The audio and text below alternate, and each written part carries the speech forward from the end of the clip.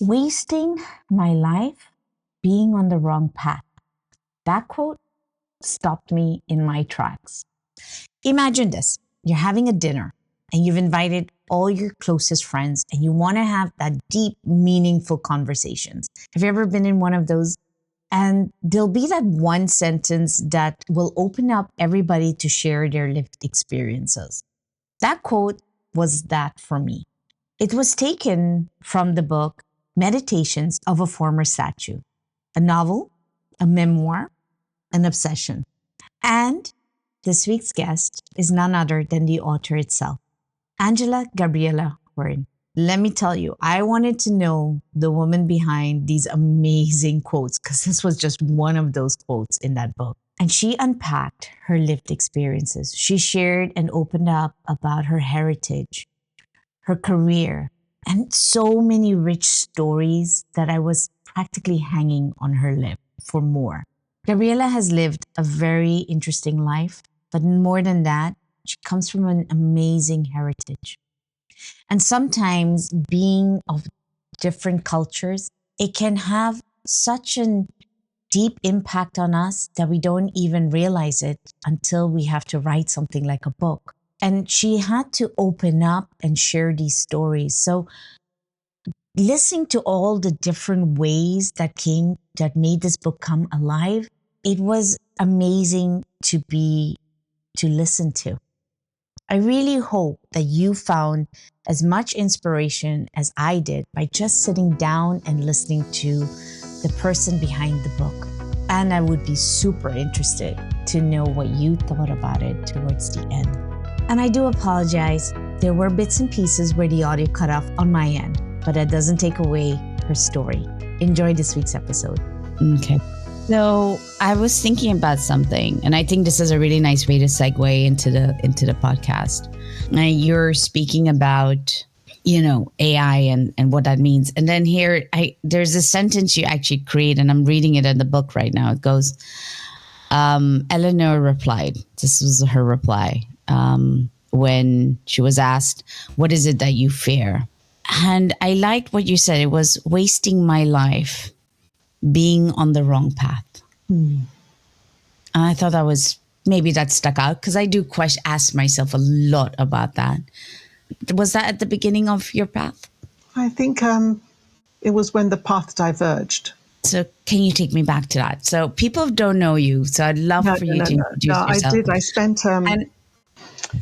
So your heritage. Let's start with that because that gives a lot of context around everything we're going to speak about. My father came from India. He settled in the UK in the 1950s. He met my mother. Which part of India? From Bengal. Okay. And my mother came from southern Italy, and they settled here. She settled here in the 50s. They met and married in 1960, which, interracial marriages were rare then, and there was a lot of hostility in the 1960s in the UK. So my sister and I were born,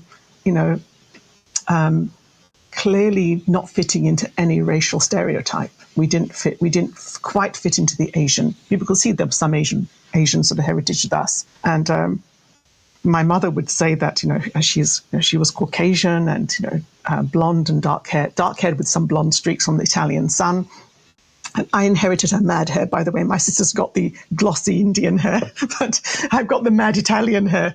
But she would say that, she would walk outside a supermarket, and if we called her name, said Ma, people would turn and look shocked because of the difference in colours of our skin tone.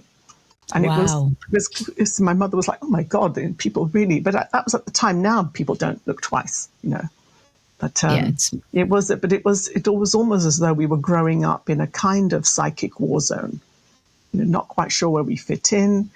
And I think I remember spending a lot of my childhood trying to fit in and only realized later in life that I was never meant to.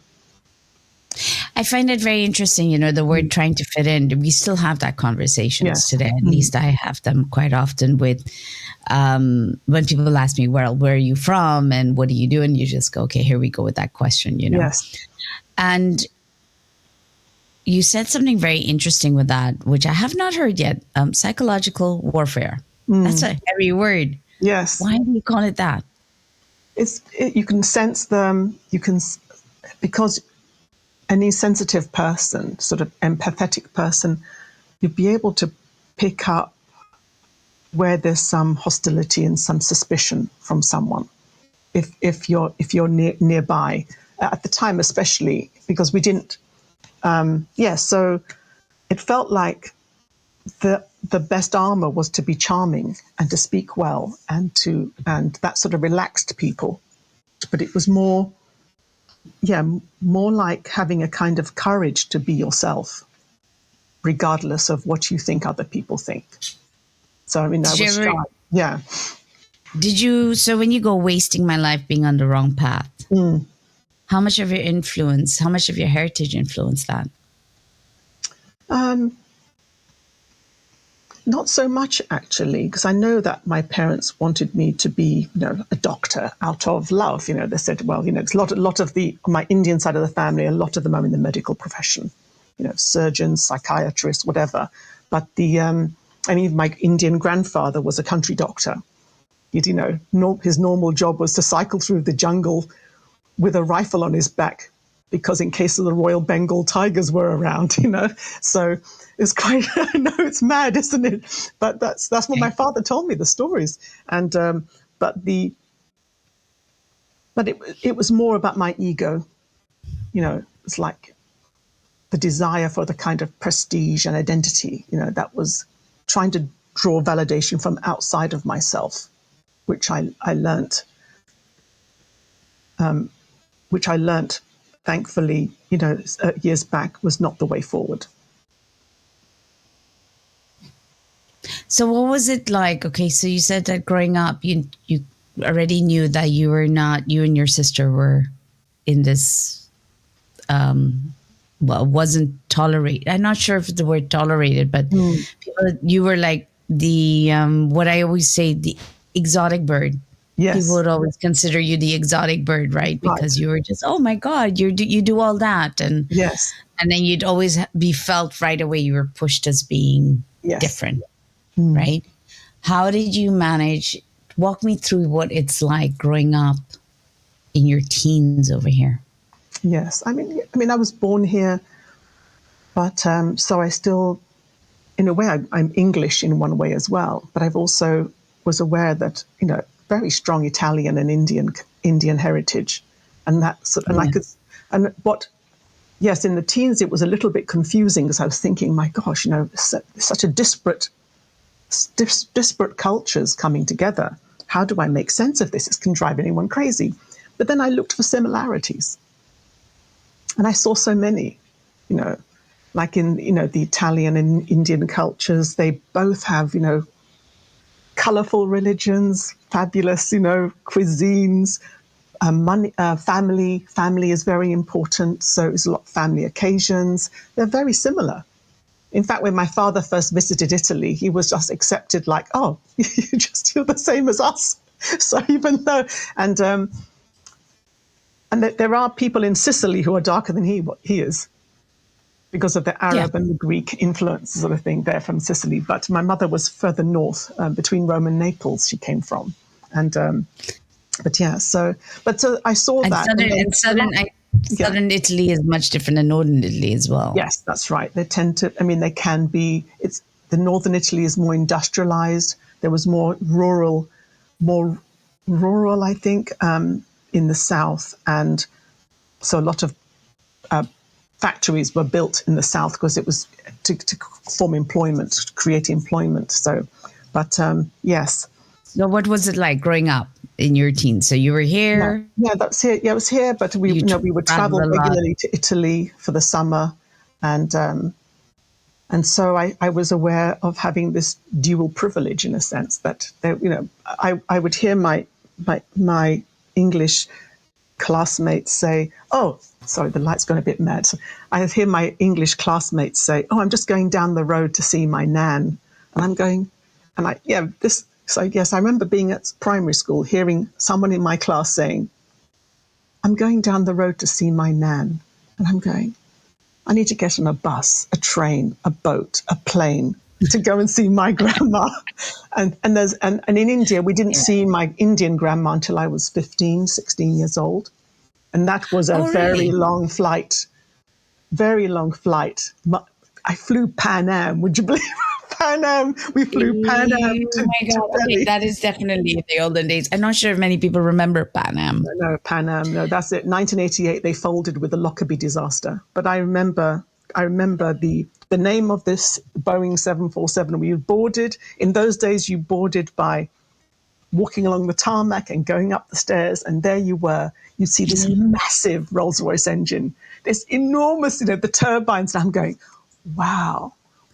And then getting in, and I hated flying. I hated it. But then those big birds, when they took off, they were so elegant and so slow. That was it. My end of my fear of flying, because it was it was a multi-stop service in those days. It was like a bus stop. It was around the world trip. You just kept going. Was it London, Heathrow, Frankfurt, I think Tehran.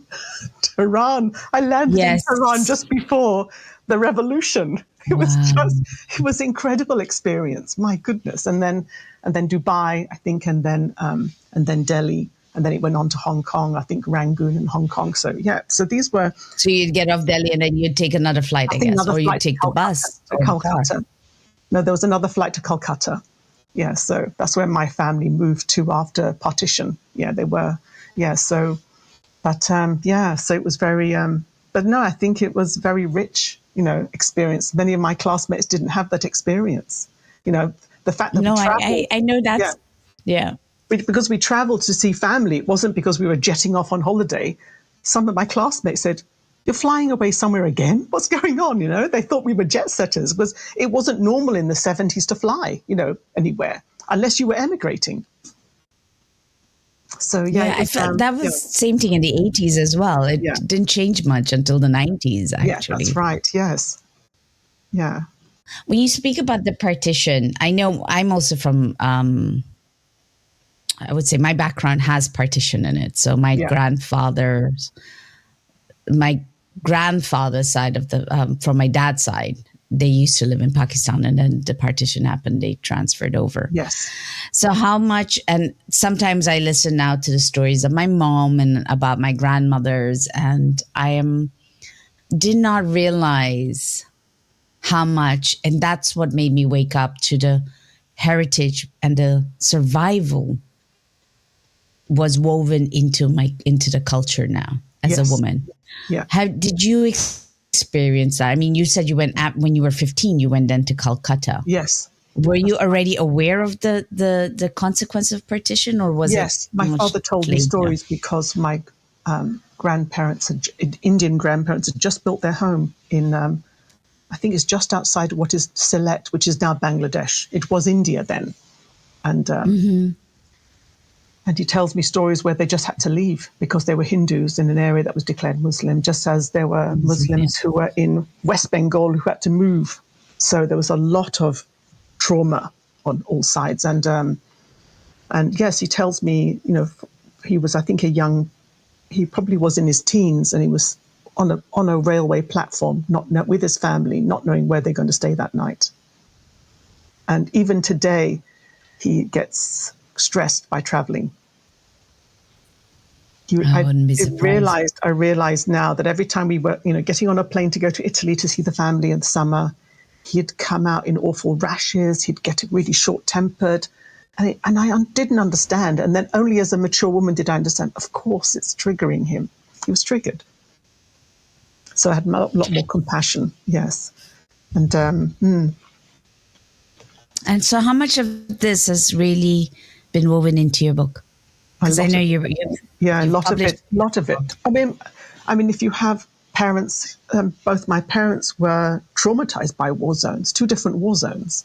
My mum from World War II, her hometown was completely destroyed by, the bombings, air raids and things, and because it was actually a battlefront between the Allies and the German forces at the time, enemy forces. And so she saw things that no 10-year-old should ever see. and she would tell us stories. My sister and I grew up listening to stories. We thought they were horror fairy tales, but they were true. And so she would tell us these stories. So I think that's probably why I'm a writer today, because of all the stories that, would switch off the TV and she'd tell us stories. And my sister too is a writer. She's she is working on a screenplay sort of thing. I'm nagging her to get it done. So yeah, but it's and I'm sure that's the reason why. But I think anyone where the generation above you has been touched by war, it defines you as well. The word trauma related has only, I would say, recently. It's a fairly recent conversation. Let's put it this way. Yeah. I mean, most of us, I don't know if you had it, but at least I did. Everything was kept in the house, right? All the stories were kept in the house. When you go out of your house, you don't take those stories with you. At least that's what I was told. So it made me wonder, did you ever know or realize when that trauma you were taking on of it? Or were you aware of it? Or were you just like, no, I'm changing this? I think as when I grew up, I realized, there's such a thing. Apparently I learnt later on that I was editing a friend's book. She was writing about children who had been traumatized by, neglectful parents or toxic parenting for the foster system. And she talks about secondary trauma, where because of the actions of the person who is being triggered, you yourself also get affected. It can damage you as well. Constantly having to be on tiptoe, constantly watching everything you say or do. The inability to have perhaps a normal relationship because you're always on high alert. And then it had me look at my family, went, okay, I can understand, and I can understand where my parents were coming from. I can have compassion. And also, choosing to live with my parents in my mature age, I chose to do that because it also triggered a huge spiritual awakening because I had to grow up. So it's really good. Okay, but the word awakening, I'm always curious about it. You're saying it was growing up. Can you give me an example what that would be like? Well, yes, in that instead of blaming my mother or my father for something where I feel, if I felt some distress, I took ownership and said, okay, this is how I'm feeling today, or this is what's going on. It's more about taking responsibility. Where do I have cause in this? And it changed everything. How did it change everything? Well, no, it just meant... Could you give me an example? Well, no, it meant I can, how can I give an example? There's so many little things like my mother would say something to imply, or she would, to imply that perhaps I wasn't being good enough or being, So I would just say, yeah, you're right. You're right. Okay, I could do this better or that, or it didn't work, and I owned it, and it took out the emotional sting, and it gave a lot of freedom, and also opened up space in the relationship for just to be ourselves. Did she sense that? Yes, she had a difficult time. Some of the stories she would tell us, they were so vivid, as though they happened yesterday, but it was 70 years ago. So she was always guarded then, sounds like. Yeah, very guarded, very, she's a very passionate, driven woman and very intelligent as well. But also I can see where she could never really relax. I know she was always, they call it hypervigilance. Now I know what that means. Yeah. So that comes back to this one. There are two things that I liked in the book. And when it popped out, I was like, I can relate to it. But you go, instead, learn the law of allowing, the hidden path of serendipity, where all things flow in perfect time and perfect place. And then following on a couple of pages later, you wrote, human beings create sorrow to relive the dramas of their ancestors. And we relive their pain and sorrow to honor and love them. And that sentence got me thinking. It says, okay, there's the law of allowance, and there is relive their pain and sorrow to honor and love them. And I almost find that, how do you reconcile that? Yes, because it's more like reliving the pain is almost unconscious. It's like I realized I had to unlearn many emotional patterns of my parents because they learned. So that's the allowance, right? That's in a way, that's the allowance, in allowing myself to be my true self, while also honoring my parents. So I had to learn to disconnect from my emotional patterning of them to actually redirect that to develop, more empowering ways to be and being true to myself while also still loving them and having compassion and honoring them. I'm thinking about it because I'm always reflecting on it. I struggled a lot with Western therapy. And the reason I struggled a lot is because I always felt like it kept victimizing my mom and dad. And oh, don't you realize your parents? And I was like, I know that. But blaming them, I was like, I'm not having it. No, I can't do that. I couldn't do that either. That triggered me more. It was like, why are you forcing me to blame somebody? Yes, That's why I went on this path of the realization and awakening. I said, I much rather be with my discomfort without dishonoring my parents. So when I saw this sentence, it triggered in me it provoked something inside of me and said, I do honor and love them, but yet I could, you brought it so close together, like the law of allowance plus this. And I don't think many, because there are many individuals like us, right, who have got being part of Partition or from the Partition side. Our lives have been more than one culture. Because you also adopted a lot of that culture, or the parents or the ancestors adopted a lot of the other culture as well, but through the lens of fear. Yes, that's right. So everything then gets brought along. And like you said, in your mom's case also, she saw fear of the potential of humanity can do to humanity. So when you're saying allowance, to get to that point must have been taken a lot from you to also look inward. So what did it take in your life for that to just be going through? Because when I read your book, it was like something that had to happen in the wasting of life to have pushed it. What moment was that and why? I think I can say what I call in the book the pointless relationship that I had.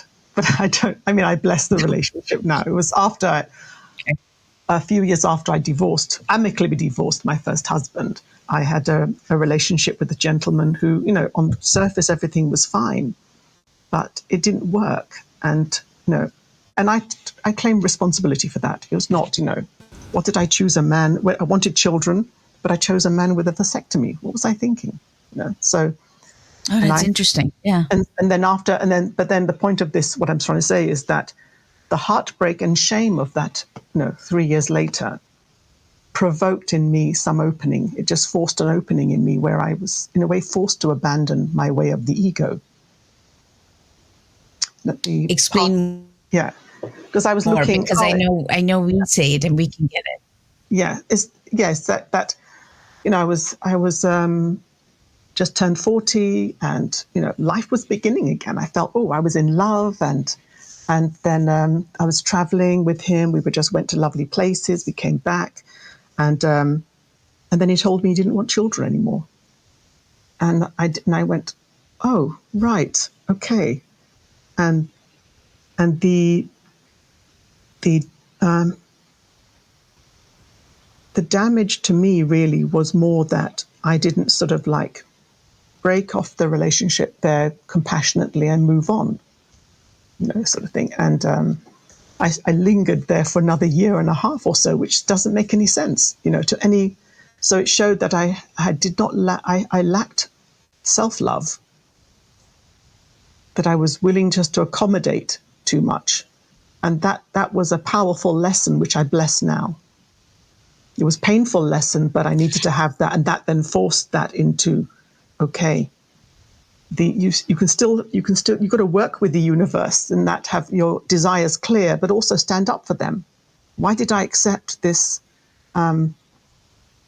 unsuitable relationship, when in fact there were plenty of other gentlemen available who would have, I would have been able to have children with, but clearly a deeper desire for some kind of mission, whatever was in place. I didn't, I was looking to write a book, but I didn't know what it was until after that we split up. And then I was walking around Kew Gardens and then saw a sculpture, a marble statue of an angel head. And that was it. The idea for the book came. You called the angel the compassionate.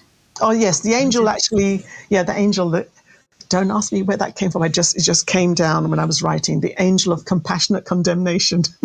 Yes, you believe me. I was like, what a paradox. I was like, oh, hold on. I got to take this in again. Yes. I was like, compassionate condemnation.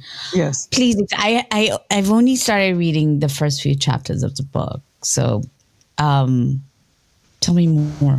Yeah. Just came to you. Is because but what does that mean for you? For me, it was that that angel, that particular angel, helps you create the hell you feel you deserve, so that you can experience it, and then you can then release yourself from it. So because of the depth of my shame was so much, it somehow triggered a parallel story with this lady, Clara, who was actually my muse all along, and so in a way she mirrored what I was feeling, but on a much grander, epic scale. She caused the deaths of all these people because she made a mistake when she was an empress, and yeah. That was a heavy sigh. Yes, but I was in this space where writing sometimes to go into a kind of trance, and this is what scared me initially. I found the writing sessions quite frightening because I just thought, oh my God, what's going to come down now? Will this make any sense? I was overthinking. Now I wish I could tell my younger self, just relax and write down anything. It doesn't matter. Later on, you shape it.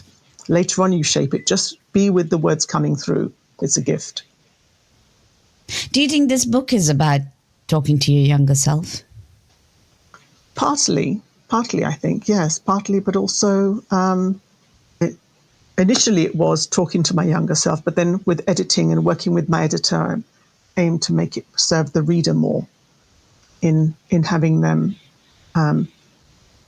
rethink their lives and hopefully liberate and awaken them. Well, okay, so you initially started it's about healing your younger self, I would imagine, yes. Partly. And then later on, it became more reader first.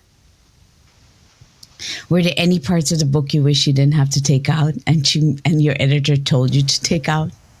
No, actually, she wanted me to put more things in. It was like, no, I can't do that. I can't write this. So in fact, there's the only thing that she asked me to take out, and it's excellent, Dr. Liz, who was a brilliant editor, in that she saw what I was trying to do.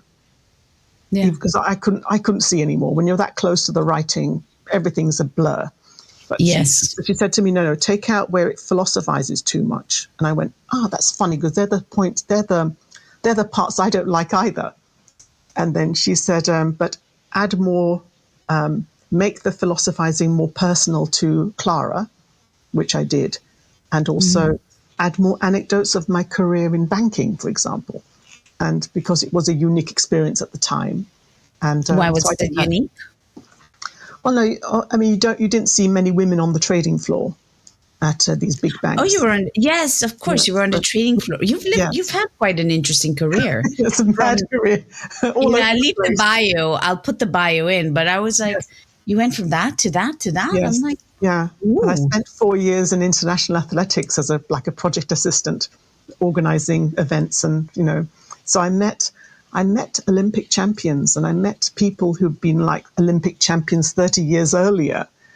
And it transformed the way I looked at health and aging. Because the one thing these guys had in common, okay, they were gold medalists of, 1952 Helsinki Olympics or something like that. But they all still trained a little bit every day.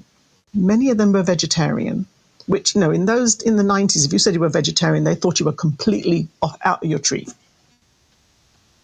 And it was difficult in restaurants to find something that was vegetarian. Oh, yes. Yeah, at the time. And I mean, I wasn't vegetarian until 2010. I was eating fish or something only after 1990s. But even then, even if I said I don't do red meat or chicken or anything, any land animals, people just thought I was crazy. Really, in the 90s. But I said, no, it just doesn't work for me. And then, of course, I went vegan a few years back, and it's like, forget it. It's just like... Just slowing it down. No, it's just like... And in the banking, so how did you get onto the trade floor? I was working at a charity, a non-profit, on human rights and genocide of all things. Just as a volunteer, I was just taking a career break. And That's a heck of a career break. I know, it was a bit of a career break, but it gave me an insight into how governments work, how armed opposition groups work, whether they're freedom fighters or terrorist groups and things, because everything has a structure. And so it was really powerful to be there. But then one day, one of the employees there, one of my colleagues said, she used to be a bond trader. And so a really charming lady. She said she had a call from her headhunter and said they needed help with some headhunting. Could you help them? You can speak a bit of Spanish, you can speak Italian, you can speak French. So I said, okay, I'll go with this. So I spent the day with this headhunter in the city. They were just trying to find some equity options traders around Spain. So I would just make phone calls. That's all I did, made phone calls, tracked down people, got their names, whether they'd be interested. And then one of the headhunters said,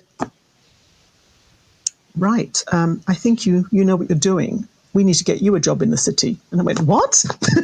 and there was a shortage at the time of a particular derivative brokers in the city. And they said, why don't we just train you up? Why didn't you get you in front of the right bankers? And you'll be fine. And so I did. They told me who to go and meet, just chat with them, network a little bit. And then they put me, then I had an interview with a brokers in London Bridge and got a job. And the first thing they asked me was, we sometimes It's a very male-oriented job as well. It is very male. I mean, I remember the interviewer asked me, portly gentleman and a middle-aged gentleman asked me saying, well, normally we have difficulty with, employing women because they've got to be home to cook dinner for their husbands and all that. And I went, oh my God. I know. I said, my husband is self-sufficient. He can cook. And secondly, I need a job. I got bills to pay. He's at law school. And they went, okay, then you got a job. And he was. I bless him. Unfortunately, he died during the pandemic, my ex-husband. But, intelligent man, and he took it on, and he was great at the time. But that's how I worked in a brokerage firm.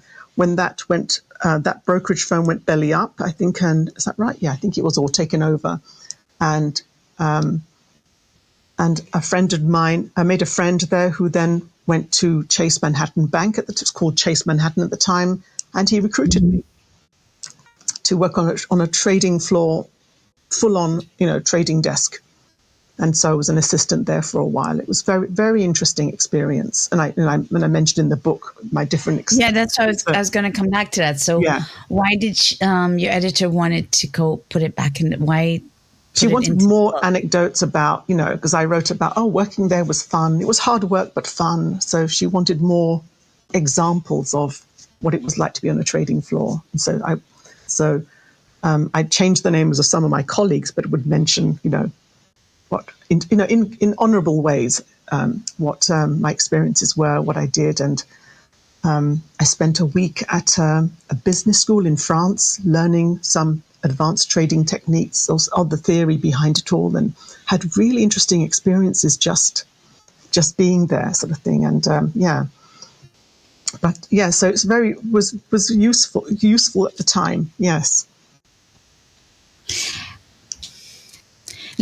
So while you're writing, you're looking back, it's like a memoir. You look back on your life, you're in this, you said you're in this trance, but do you feel like you were dialoguing with the past as well? Not so, I mean, I don't think dialoguing with the past so much. I remember had to spend a lot of time remembering, digging up memories, I suppose, in a way. But then the dialogue more was from a more enlightened perspective. So I can see, I can see how I behaved then, but with more compassion rather than, oh God, I can't stand who I was then or whatever. It was more about with more compassion. What is the greatest gift that you learned from this book about yourself? I think to be playful and to be open, and and also, don't be so bloody judgmental all the time. Because I mean, don't know. Sorry, I didn't mean to say bloody, but the No, don't apologize. It's just more about we don't know everything. We can't possibly know everything that's going on, and that I think for me, following my heart is the biggest gift. Have the courage to follow my heart. Yeah, that's it. When we first talked and you went down and you said, things I wish I knew when I was younger. And the book is, when I read the book, I almost see the reflection of it. I do. And it's beautiful. You have so many profound sentences, and I go, ooh, I got to write these down and just put it aside. And I almost think that, it's one of those books that you could have these profound sentences and just stick them on your wall. Because that's me. I get one sentence and I need to sit and chew on it and go deep inside of it. And that's one of them. And it got me thinking, and I've been thinking about this, about regrets. And that's when I always think about, what would I tell my younger self? And I almost think I don't regret anything. Even the horrible, painful moments in my life or my arrogance, I don't regret it in a certain way. I regret, but don't regret, if that makes sense. Yes. So, when we were talking about going back to our 20s and 30s, a lot of, if a 20 or 30-year-old would listen to this, would they be ready to listen to all that wisdom that we had in our 60s or 50s? I think the younger people today, yes. If you'd asked me that 20 years ago, I don't think so. But today's generation are different. How? They've been through COVID. They've seen people. They've seen the insanity of government policies. They've seen things crumble in front of their eyes, and they're seeing a lot of their friends dying now. So it's forcing a huge spiritual awakening. I find it so surprising, don't you? Because with all that they learned about mindfulness, which was even before we went into lockdown, all the work on spiritual, on mental health and everything that's there, yet it's still at its worst. Why? Why do you feel? I think there's a lot more to contend with today. It's like, with social media, the mainstream news, it's designed to cause insanity. It's actually designed to cause mental instability because your focus is distracted. In order for governments to rule us, they have to keep us in a state of fear and anxiety. Yeah, it is. I mean, no, it's I mean, I hate to say this, but I've seen too many instances where, oh, right, that's what they were doing all along. And it's like treating science like it's a religion, that you have to believe that and trust the science. I kept hearing that, and I thought, that is crazy. I have a science degree. I studied science at university. I did not become a scientist out of choice. But you're supposed to question the science. That's what makes it rigorous. That's what makes it and you weren't allowed to question the science during the pandemic. I pretty much align with that, and I think you wrote this thing that I really like. Losing the ability to trust another is sad. Losing the ability to trust oneself is a tragedy. Yes. And I just thought, that exactly. Pretty much helped. And for me, I always find when I speak to individuals and they keep throwing science at me, put in the facts, put into this. And I go, but to me, facts interpreted is still subjective. Yes, of course it is. There's always a story. I mean, there's a network marketing phrase that's very powerful. It says, facts tell, but stories sell. Stories sell. Very true. And that's why when you're talking about relying so much on science, and they say science doesn't lie, it's like, but who's telling the story? Yeah, exactly. Where does the funding come from for that particular research project? Yeah. Or that study? And you find if you dig behind it, it's that, oh, really? There's a vested interest. That's true, because I'm thinking back of how when the jabs came out, yes, and everybody was like, do this, and then they didn't realize that they completely did not take another ethnicity into account. Yes, that's right. We all have different sensitivities. Yeah. And I was like, oh, that's very interesting that you put it down that way. And then you're because when you see, especially around ethnicity stuff and science, you notice how your trust gets put into limbo very quickly, because they tell you to trust, but then you don't know who does this favor. Yes. So I can understand why you're saying that. So when I come back to like reading, like so I said, I've only read 3 chapters, and literally I've taken out 6-7 quotes right there. Oh, wow, that's amazing. And I'm just like, okay, well, so I can only imagine as I continue to read this book, there's going to be a lot more, because now I'm reading about, which I found very interesting, because it taps into this feminist side that I didn't realize I had. When you start talking about, the male side of stuff, when you get to Zoran and James, not to give much out. And so I'm like, oh, so I'm finding it. You had written also about spiritual poverty, and I was trying to look for it, and you tied it into the government. So very early on in the book, you talk about these really golden things that have your realizations, I would yes like to call it. So why a stone? Was it only because you saw it at Q, or? But I found it very interesting you chose a stone to be your, almost like the narrator at first for this, or the spiritual guidance in that way, or spiritual narrator. Why a stone? All I can think of, I mean, it just came, that's a statue. But I remember when I was a young girl, I went with my father to Florence, and my sister, we went to Florence, and we went to the different galleries, and we saw these incredible statues. Besides David? Besides David, I think I don't even remember David. There was the Rape of Proserpine and Persephone or something, and I remember being like a foot away from this marble statue, pristine white marble. I mean, the stone, but it felt like it was alive. The feeling in my heart when I saw these works of art was, I felt that you just click your fingers and those figures would come alive.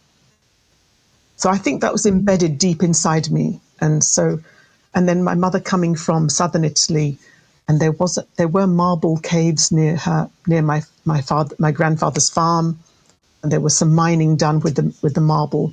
But the particular marble that is in that that I saw in Italy with my father in Florence would have been Carrara marble, which is mined further north, sort of thing. But it's, but I just felt, and also because, I have crystals all over my desk, I have got, this sort of thing. This is a smoky quartz, something you can't really see there. But, and there's also a feeling that they contain energy. They can contain a spirit. Some kind of subtle energy is there. Okay, so hence why you had chosen. So something about crystals, about stone, and then I even read about Carrara marble that is actually a crystalline structure. It's basically made of same as chalk, calcium carbonate, limestone, but the particular crystalline structure allows light to come through, so you get this translucence. So yeah, I even bought, I think, at one time under my laptop, I kept a marble slab, a tile. I bought in a sort of, a homeware store or one of those, builders merchants, because I wanted to feel what Carrara marble felt like while I was writing. Because we always talk about the wall, or, we put up the Yes. barrier, and it's always related with a different, like it's like dead. But you've made it come alive. Yes. And said, well, Yes. no, it's not dead. No, they're not dead. They transmit. They can transmit energy. So yes, Yeah. So, I mean, all our electronics have crystals in them. This comes from advanced technology that we didn't invent, apparently, but was Apparently. Yeah, that's it. All our technology devices, that advanced circuitry, did not come from humans. So you've just published this book. Mm-hmm. What next? Well, besides the screenplay with Sister. Oh no! I think I'd like to record the audio edition. So that will produce that, and and the next book is. I'm playing with something to do with men, a kind of love letter to men, some love story for men. That's all that's coming. I don't have quite, but then I think men need healing. There's something that they do, right? Yeah, no, there is some kind of, but I think. I'm not. It's some kind of love story, but it's for men. A romance that men will read. I can't quite. Some transcendental love story that will blow the mystery of what it is, so that falling in love and meeting the one. It's like a treasure in life. So, and I'd like to, and I think a lot of. I'd like to blow the mystery of that open and have people be empowered about, following their heart. I know you've spoken to this about following your heart. If there are, so let's say somebody in their 20s and 30s is listening to this, or even in their 40s, because I find when I went into my 40s, I underwent a very big, it's a massive transition stage. Yes, it's not right. a 1 year thing or a 2 year thing. It's a good 10 years of, like you said, it's like a stone. I feel like I had the society stone around me, and now it's just chips away in my 40s. You're chipping away, and then you show up. That's how I see it. What would be the 5 things you would tell yourself off the bat? 5. I'd say 5 or 5 things. I don't know. Well, All right. So, what was your takeaway? Of course, did you head over to Amazon and get her book? I hope so. There is a part 2 to this section. We spoke for over an hour, and I will be placing it in my newsletter. If you haven't signed up yet, now is a good time. She will share with you her top tips. I did nudge her for those. I hope it inspired you, and if it did, please, please, please share it out with somebody. Have a good one. Take care.